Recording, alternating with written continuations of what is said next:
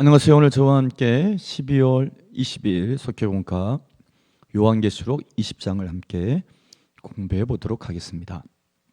요한계시록 20장은 요한계시록의 두 번째 결론에 해당이 되죠. 오늘 그 본문의 말씀을 보면은 7절이 천년이 참에 사탄이 그 옥에서 놓여, 천년이란 단어가 등장을 합니다. 천년 왕국 많이 들어보실 텐데 천년 왕국에 대한 해석은 사실은 쉬운 문제가 아닙니다. 굉장히 어렵습니다. 먼저는 성경에 천년 왕국에 대한 어떤 설명, 그런 천년이 존재한다는 것에 대해서는 성경 창세기부터 계시록까지 사실은 그런 존재의 개념을 발견할 수가 없습니다. 그렇다면 이 세상과 다음 세상 사이에 천년이라는 시간이 존재하지 않는다면 20장에서 말하는 천년 왕국은 무엇인가? 이것은 먼저 우리가 일반적으로 알려져 있는 전 천년설, 후 천년설, 무천년설, 이게 세 가지 천년설이 있는데 그걸 먼저 설명을 드리면, 전 천년설은 예수님이 먼저 재림하시고 그 이후에 천년 왕국이 있다는 것이 전 천년설입니다. 과거에 이것이 가장 지지받는 천년 왕국에 대한 이해였습니다. 두 번째는 주님이 재림하시기 이전에 천년 왕국이 있고 천년 왕국 후에 주님이 재림하신다라고 하는 후천년설입니다.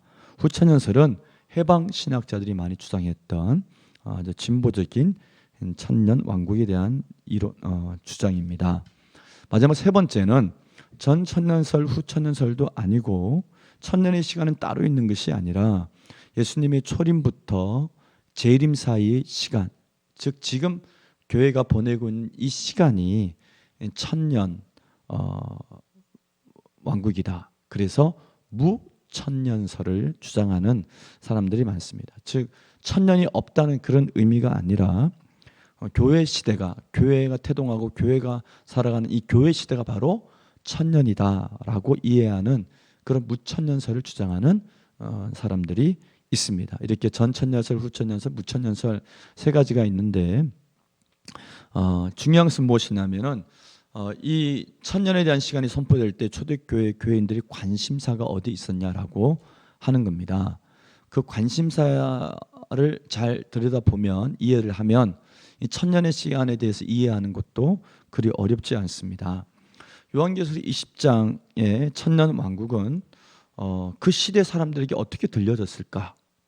요한이 살았던 그 시대 사람들에게 어떻게 들려졌을까 질문을 할 필요가 있습니다. 그들의 관심은 천년이 언제 올 것인가에 있었던 것이 아니라 그때 당시 사단을 상징하는 용의 최종적인 운명, 그리고 성도들의 최종적인 운명은 어떻게 될 것인가, 여기에 관심이 있었던 것이죠. 사단을 대표하는 용의 운명과 하나님 선택받은 그리스도인들, 이 성도들을 박해받고 핍박받고 있는 이 성도들의 최종적인 운명은 어떻게 될 것인가, 여기에 관심이 있었고, 그 관심사를 바탕으로 천년에 대해서 이해를 하면 보다 성경적인 이해를 가질 수 있게 됩니다. 고난과 박해의 현장에 있었던 초대교회인들에게 가장 심각했던 질문은 하나님의 교회가 로마 제국으로부터 가공할 만한 그런 박해를 받고 있는데 그 박해의 주체는 바울이 얘기했듯이 통치의 영들이거든요. 즉 사단이 로마 제국을 이용해서 교회를 박해하는 것인데, 이 사단의 운명은 어떻게 될 것인가 하는 것이고, 계속 피 흘리며 죽어가고 있는 순교자를 배출하고 있는 교회 공동체 초대교회는 어떻게 될 것인가 한 것에 심각한 질문을 갖고 있었습니다. 여기에 대해서 하나님은 한성과 계시를 통해 요한을 통해서 대답을 해주는데, 그 대답의 속에 보면 천년이라는 시대가 등장하게 되는 겁니다. 그래서 많은 성경학자들은 이 천년을 어떤 시간적인 개념보다는 상징적인 의미로 많이 해석을 합니다. 즉 천년은 교회의 승리를 말하는 아주 큰 숫자로서의 천년을 의미한다. 즉 천년은 교회의 영원한 승리, 교회의 천년의 승리는 영원한 승리를 얘기하는 것이죠. 천은 완전 숫자이고 충만한 숫자이기 때문에 천년에 찼다라고 하는 것은 교회가 영원한 승리를 하였다라는 의미로 해석하는 것이 이필찬 교수가 얘기하는 이 천년에 대한 이해입니다. 그럼 말씀 나누기로 들어가 보도록 하겠습니다. 요한이 한산 가운데서 본 하나님은 어디에 앉아 계시나요? 11절 보면 또 내가 크고 흰 보좌와 그 위에 앉으신 이를 보니, 흰 보좌, 그리고 흰 보좌가 있고 그 위에 하나님이 앉아 계시다라고 하는 것입니다. 이 장면은 우리가 알고 있는 백보자 심판이 열려지는 장면으로 이해하시면 되겠습니다. 흰 보좌라고 하는 것은 바로 흰색은 하나님의 거룩함을 얘기합니다. 그런데 보좌에 앉았다라고 하는 것은 재판관들이 재판장의 자리에 앉아 있는 것을 의미합니다.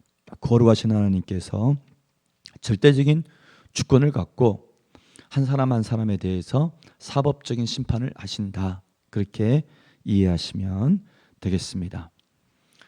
11절을 보면 끝에 간대 없더라 얘기하고 있는데 하나님의 이 최후 심판이 아주 완전하게 이루어짐을 얘기해주고 있는 겁니다. 즉 사단은 또 이 세상은 완전히 멸망하게 되고 하나님이 새하늘 새 땅을 만드실 것임을 예고하고 있습니다.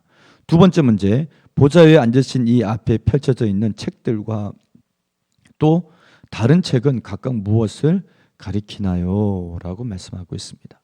자, 이게 먼저 책들이 나오고 그리고 책이 나오는데 또 다른 책, 단수로 된 책은 생명책이라 얘기하고 있습니다. 생명책은 천국 시민의 명부, 대한민국 시민의 명부가 있잖아요. 우리가 출생하면 출생신고를 하면 대한민국 국적부에 이름이 올라가게 됩니다. 마찬가지로 우리가 예수 그리스도를 믿고 그리고 거듭 다시 태어나게 되면 우리는 생명책에 기록이 됩니다. 생명책은 하나님 나라 천국 시민의 명부가 되겠습니다.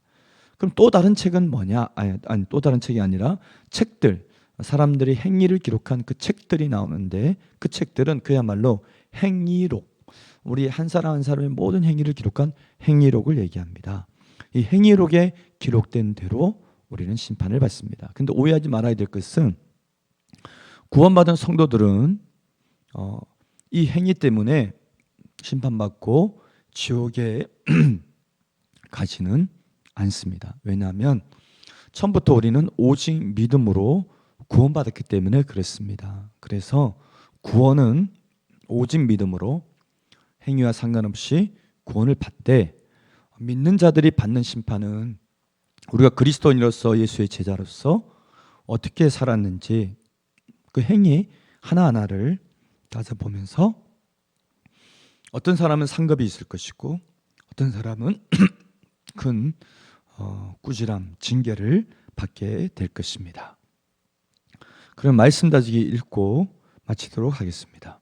심판 예언은 엄중한 경고이자 구원의 기회를 주는 것입니다. 최후 심판이 있음을 아는 사람은 죄를 회개하고 하나님과의 관계를 회복할 수 있기 때문입니다.